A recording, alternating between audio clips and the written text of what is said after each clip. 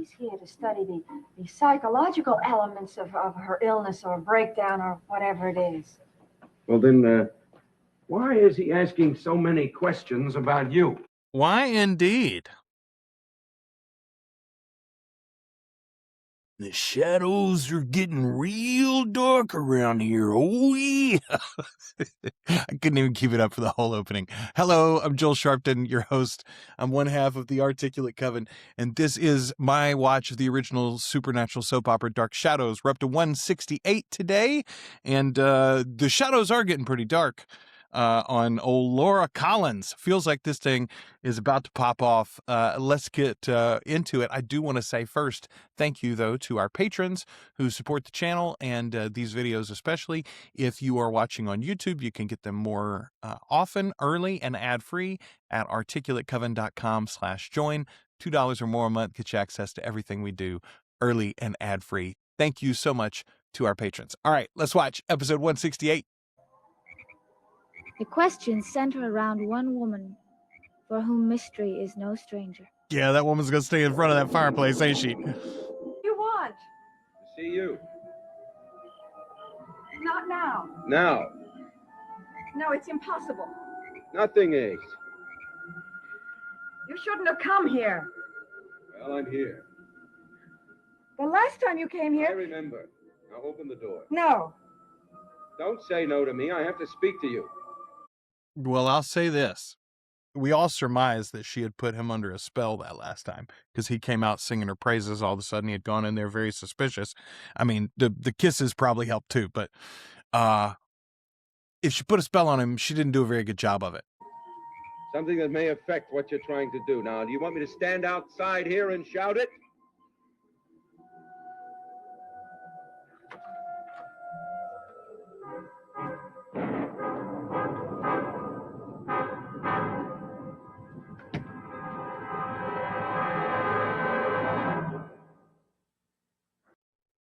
Okay, pretty weak cold open. I am excited to see a scene between the two of them. I kind of didn't think that we would, honestly, the way that it had been left and the way that everything was happening at the house. Is Bert going to be at the seance? That'd be weird, right? I don't know. I guess the whole thing's pretty weird.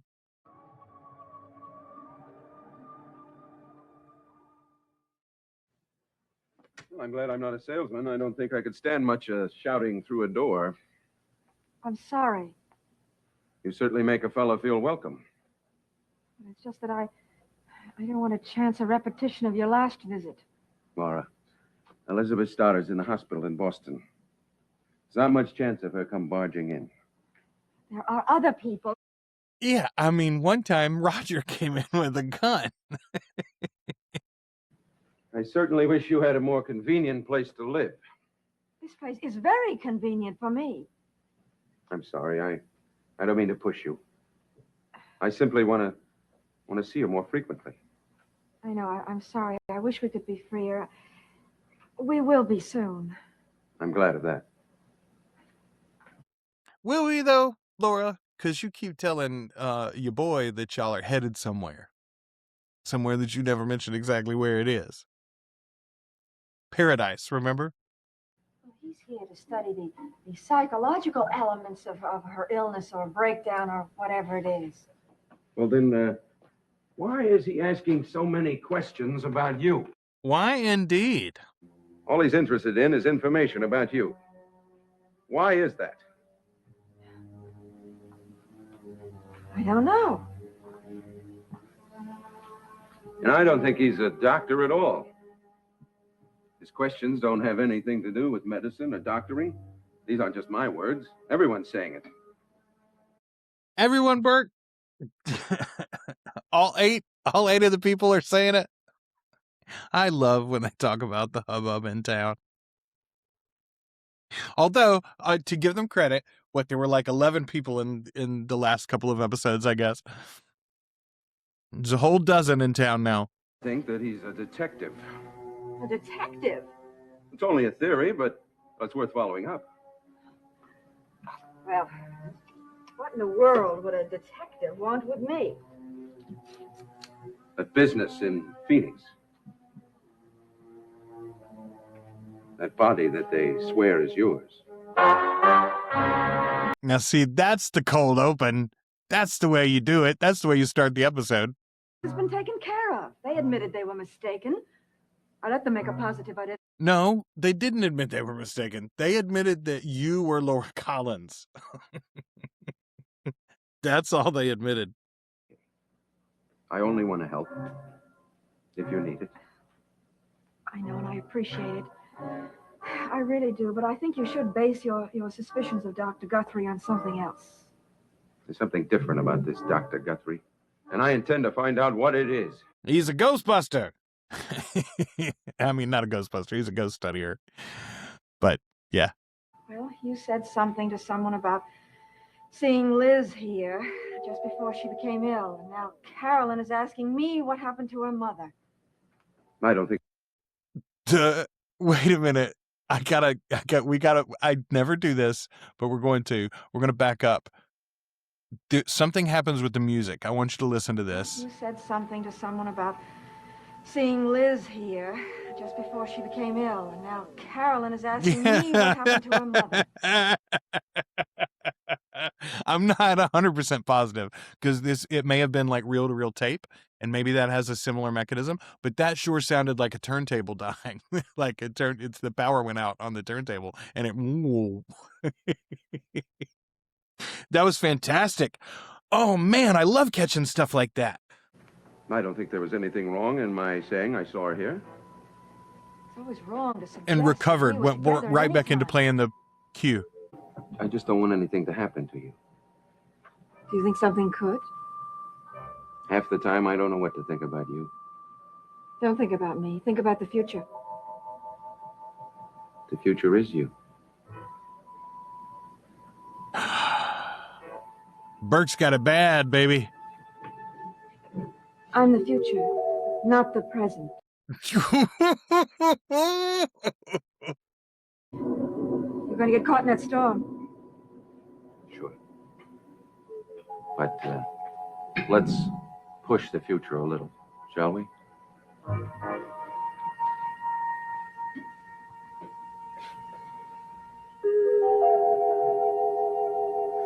I mean, she is a lovely woman.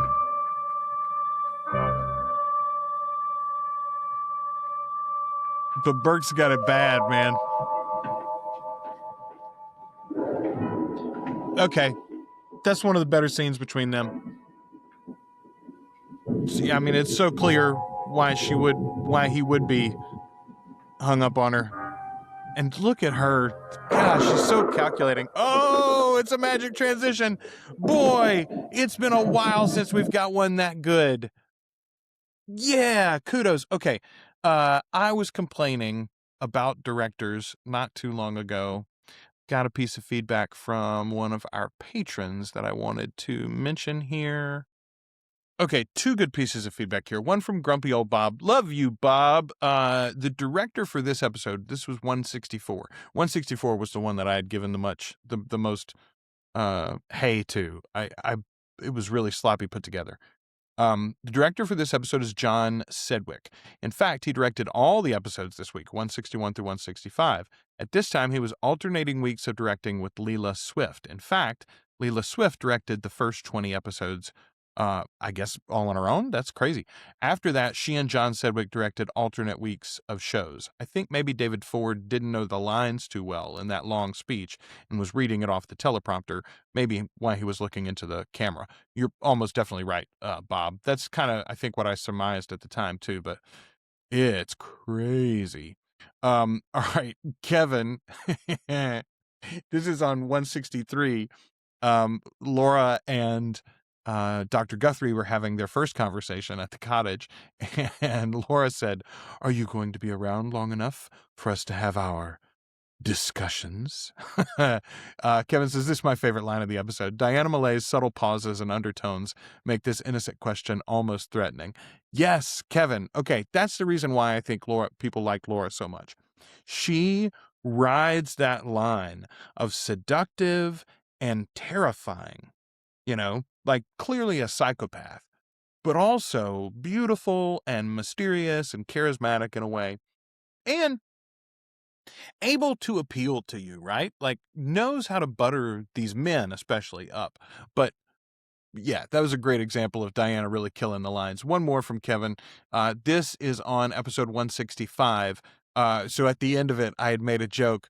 Dr. Guthrie says supernatural, and I said, or preternatural, since, they're not coming from a deity. Kevin makes a great point here. I consider Anne Rice's vampires preternatural because their fictional origins are rooted in fictional science. Bingo! Bingo. I would argue that vampires and Laura on Dark Shadows are rooted in the supernatural or the uncanny. I will have more to say when we get to Barnabas. Yeah, don't spoil anything for me, Kevin, but thank you. It's good to know. I think I sort of guessed at that the vampiric origin, if we ever got one here, was going to be more some sort of magical curse or something like that. Anyway, thank you as always for the feedback, no matter where you're giving it. I need more of it. All right. Let's get back into episode 168.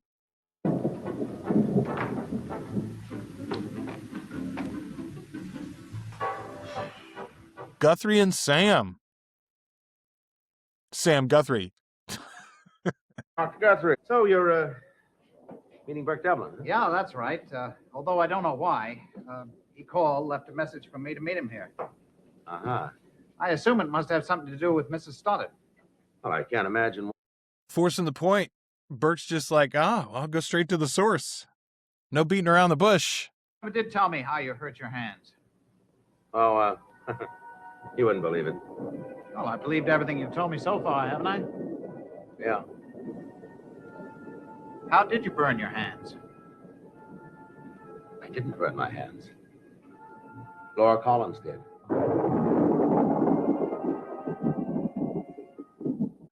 Boy, I really didn't expect Sam to just lay it out there. Good. Hopefully this will get the doctor somewhere sooner rather than later. Also, it should pre-arm him for his conversation with Burke. Later that same night, I was relaxing, lying on the sofa having a cigarette. I was indulging in my favorite hobby, but not excessively. Now, about booze. It's done a lot to me, but it's never made me asleep. But this night you fell asleep. Sam, you've been an alcoholic for a decade, and you've never drunk until you've passed out?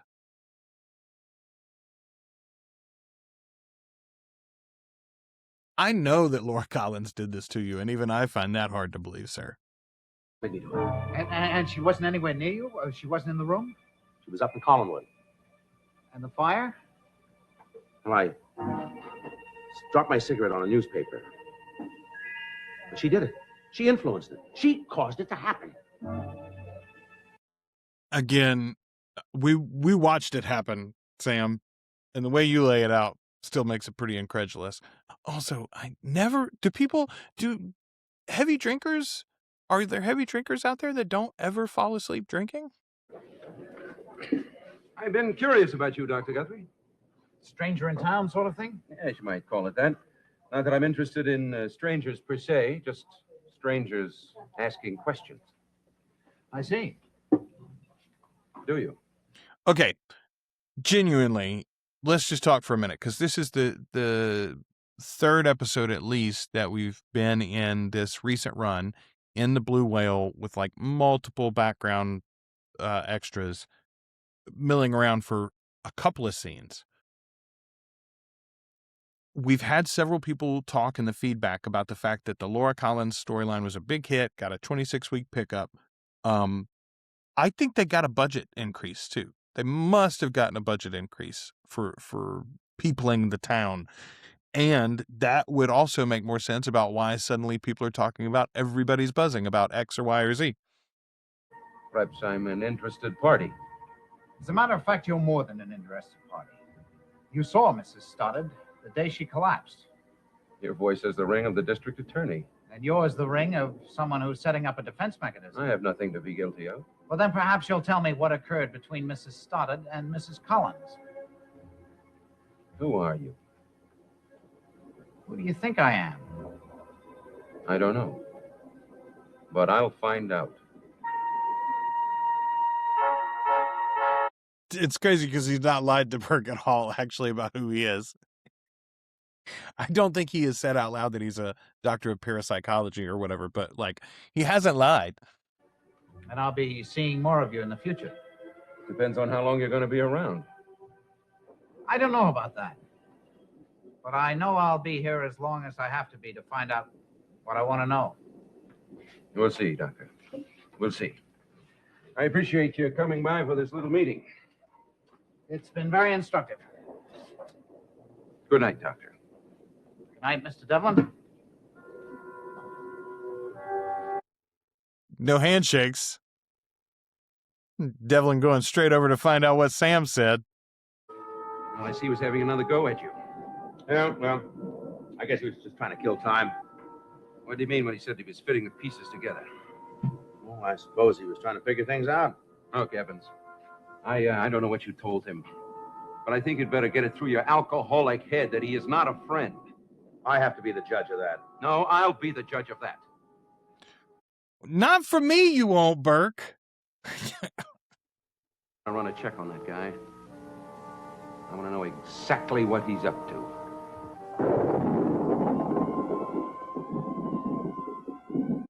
Another good transition. Okay. All right. So my guess is if Bob was right about the directors, we got Laura Swift to thank for these excellent transitions here. Okay. I don't think this is Burke back up there. Peter Guthrie. Oh, just a minute. Well, I understand that you saw Mrs. Stoddard the day she collapsed. In fact, just a few minutes before.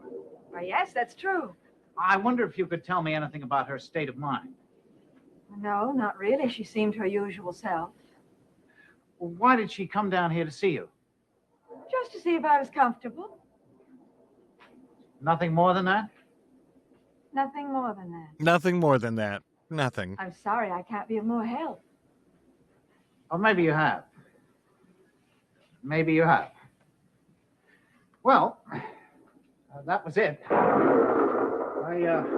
I guess I'd better be getting back before I get caught in the rain. Yes.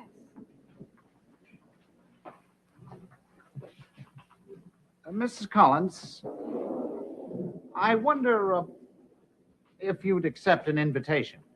To what? To a seance. I love it. I thought they were going to try to trick her into it. Think it over, please. Who will be there? There'll be those who are invited, and of course, those who are the uninvited.